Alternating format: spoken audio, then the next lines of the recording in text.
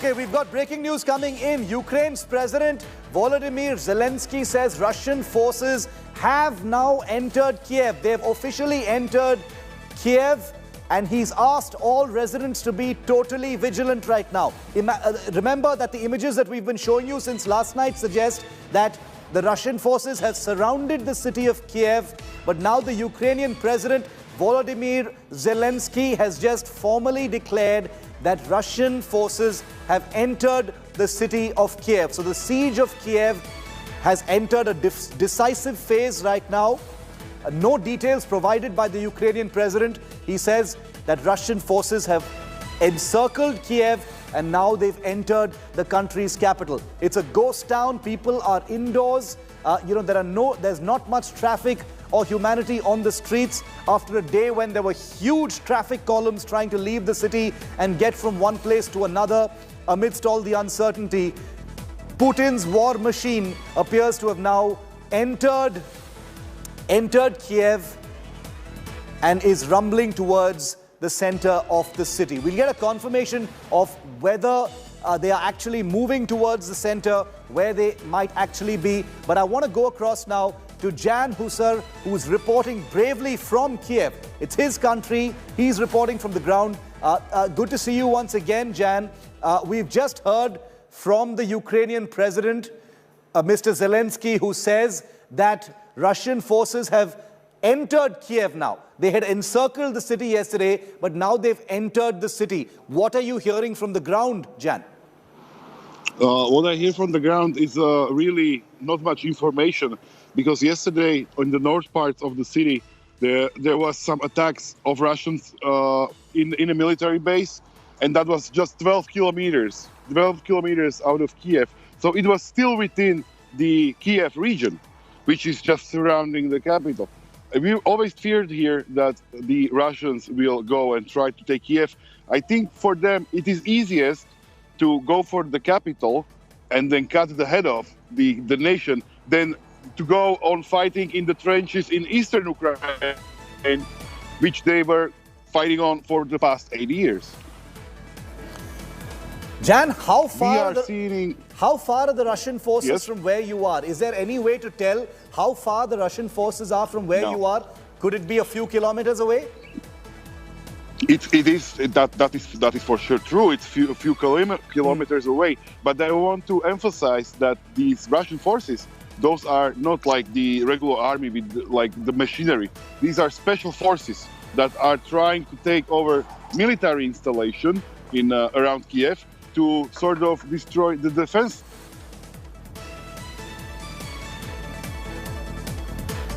Okay, that line is frozen because I think there's a problem with getting that. Okay, we're going to reconnect. Network connection is poor. No surprises whatsoever, because there's a possibility that the lines are jammed in Ukraine with people communicating with their loved ones in other places and outside. Lots of communication jamming, possibly also happening with weaponry moving in. So that cannot be, that's not something that can be ignored. We'll try and reconnect once again with Jan. I hope he's okay. He looked okay. We're going to go back to him in just a short while from now. Rajesh Pawar is our man on the ground from Mariupol. He's with me live right now. Good morning, Rajesh. Welcome. Good to see you. I hope you had a relatively peaceful night. It has been anything but peaceful around Kyiv. The Ukrainian president has just issued a statement saying that the Russian forces have entered Kyiv. Rajesh, what are you hearing from your networks, about what's happening in Kyiv? Because the pictures are painting a very disturbing picture right now. Good morning. I just spoke to a few people in Kyiv, some of my sources there, and one of them sent me a video of a Russian aircraft shot near Kyiv in the early morning today. And residents in Kyiv have reported that around 4:20 in the morning, they heard a lot of blasts and sounds of shells little away from the Kyiv, up roughly 20-25 kilometers from the Kyiv. So it can't be confirmed right now whether Russians have entered inside or not. And as your previous speaker was saying, these are probably special forces, and all of them need not to be in uniform. As I said yesterday, there are a lot of Russian sympathizers in Kyiv as well, who will be collaborating with special forces and will be maybe doing sabotage or some kind of activities which will help Russian forces to somehow gain control of key installations in Kyiv and around Kyiv. Over to you. What are the facilities in and around Kyiv that they would want to take over, Rajesh? We saw the heli-borne operators, heading towards the Antonov airport in that suburb of Kyiv. What are the other facilities in and around Kyiv that you're aware of that these commandos and special forces might want to take control of? See, I think the most important thing for the Russians right now to seize are the two airports in Kyiv. Airport has two airports in Kyiv, which can be used for military purpose as well. I think that would be the most important target for Russian special forces right now to take control of. Besides this, there are media centers, communication centers, which if they control it, they'll be able to contact directly the people in Kyiv, the Ukrainian people, and that is what President Putin is targeting at. He is targeting the hearts and minds of Ukrainian people so that people do not resist Russian forces and they do not fight, and their will to fight, it can be broken down easily without firing. Over to you. Okay, is it, I'm just wondering how the day is going to play out in Kyiv. Special operators there, but tanks surrounding several other facilities, especially nuclear facilities like Chernobyl and elsewhere. What's the game plan? I mean, what's it looking like? No one can have a perspective like you on the ground, Rajesh. Are they sending in huge masses of equipment and soldiers, or is it like very, very surgical? I don't think it will be very massive force entering inside Ukraine. As per my reports yesterday, they had moved out of Crimea in south, and there's a place called Kherson, from where the water supply for Crimea used to come, which is very vital for Crimea. Mind you, Ukraine had cut off complete water supply to Crimea after 2014 annexation by Russia of the Crimean Peninsula. So Russia had a huge problem supplying water to that area. Yesterday, there was a lot of fighting in Kherson, and as per my reports, Russian troops could capture Kherson yesterday and resume this water supply to Crimea. Second report was that Russian tanks were seen around Chernobyl yesterday evening. Now, have they moved towards Kyiv or some other place? I'm not yet aware of.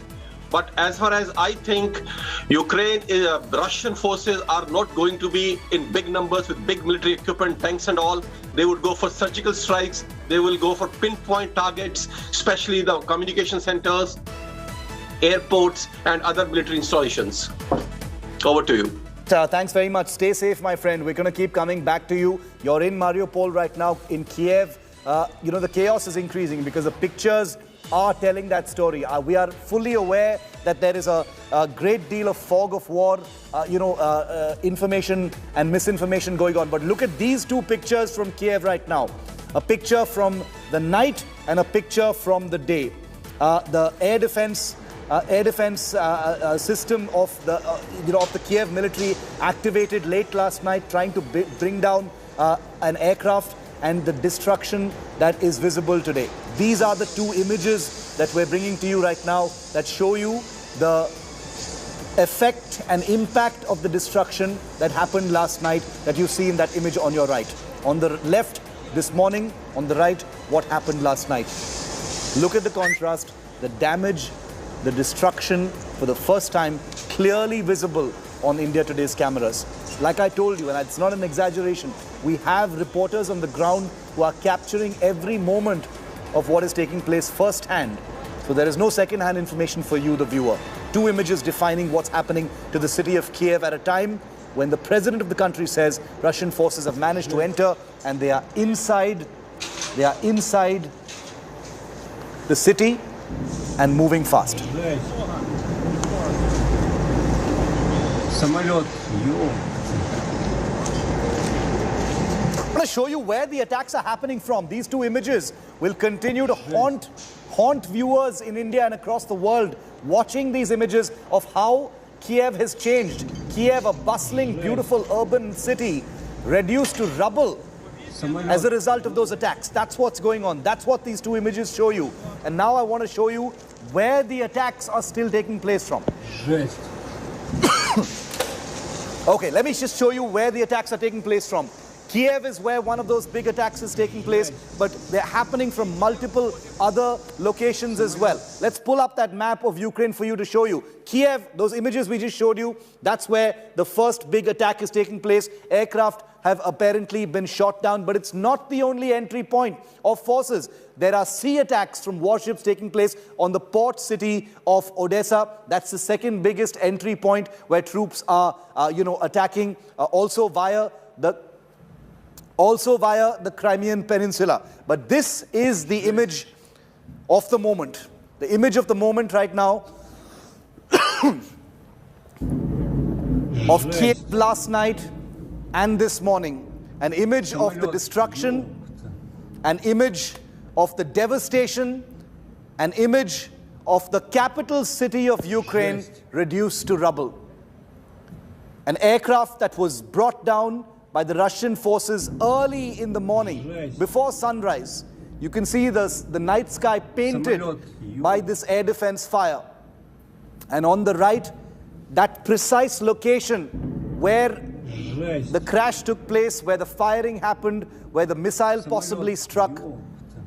That's the impact of what happened. That's what it looks like. The night and day, both literally and metaphorically, a city that's been reduced to rubble in many places. A proud Ukrainian capital called Kyiv is now a war zone. And the Ukrainian president has confirmed that Russian forces now inside the city. Jan Husar reporting from Kyiv is back with me. I hope we've been able to correct that line. Very, very disturbing images, Jan, on our screens right now on India Today of the destruction that happened last night and the effect of that destruction. We can see buildings reduced to rubble, lots of damage to many of these places where missiles have hit. How far away from you is this? And also tell us about what you think about the Ukrainian president talking about the Russian forces now entering into Kyiv, Jan. Well, all these images that are there are still being confirmed. Some of them, they might look like residential buildings, but are in fact part of a military base. Because some of these military bases here in Ukraine, you have residential buildings that are like building blocks where actually the soldiers and the soldiers' families are living, and they are well within the base. So it is hard to say if it is a true civilian area that was hit, or it was a military base and it was a civilian area within the military base, which is considered a target by the Russian forces. And what is the president of Ukraine saying? That they are also asking people to stay vigilant and be ready to leave. As I am now on the street in downtown Kyiv, I see few people here and there. Most of them have backpacks and luggages and are hurrying away. Last time we were speaking, a couple minutes before, there was air raid siren and people were running off the streets. The signal were lost. I lost the data signal. I lost the GPS signal.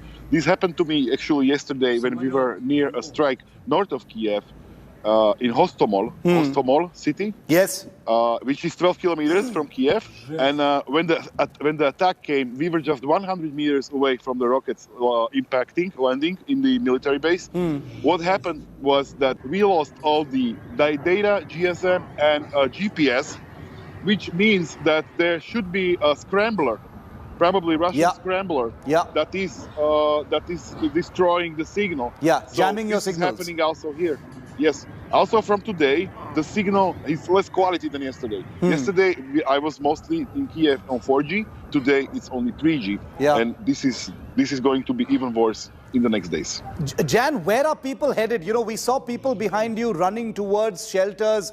Where are they headed to? Are they clear where they're going? They are trying to leave the capital, if they can, to the surrounding villages and places like that, because they feel that it's safer there. I mean, the civilians are not the target here. This is not like a war zone in Middle East where you have corridors of refugees. I think most of the streets are open.